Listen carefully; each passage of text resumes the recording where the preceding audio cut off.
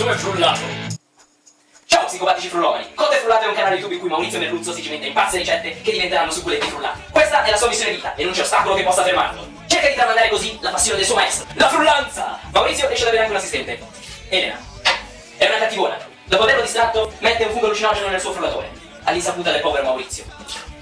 Il preparato provoca a Maurizio allucinazioni e convulsioni varie, ma non appena si riprende da trip, licenzia l'assistente e si mette a pulire il frullatore. Paolo Cellamare riceve un'email da David Poplaschi, nipote di colui che inventò il frullatore, che vuole il loro parere su alcuni progetti. Sarà una macchina del tempo? Grande Giove!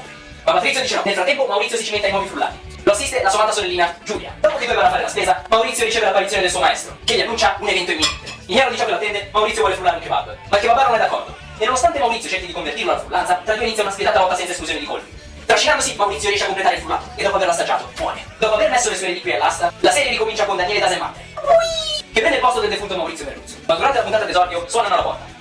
È Maurizio, è un altro Maurizio che viene da un'altra realtà. Nella realtà alternativa da cui viene questo Maurizio è Paolo ad essere morto, e lui riesce attraverso i progetti Poplaschi a costruire una macchina che gli permette di viaggiare da una dimensione all'altra, nudi.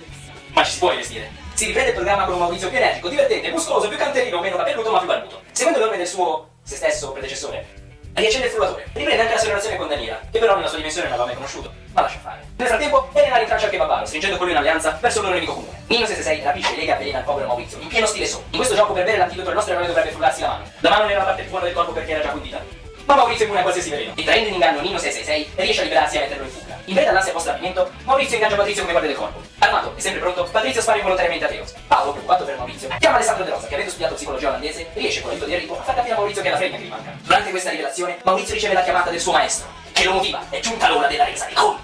Per l'ultima ricetta della stagione, Maurizio sceglie il merluzzo, con un condimento extra, il guanabana. Una nuova tecnica aiuta Maurizio, il blend and shake. Al termine della puntata, Maurizio incontra Elena, per la prima volta, perché lui è il nuovo Maurizio.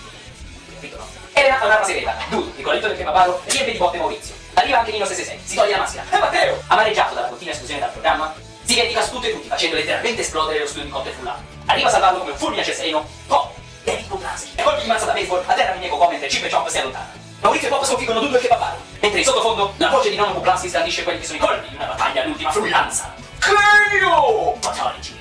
We are the champions! Tutto mentre Dario e Mario fare la carne. So cosa state pensando, perché preparare dei piatti così complicati per poi frullarli? Perché frullato è buono! Frullato è meglio!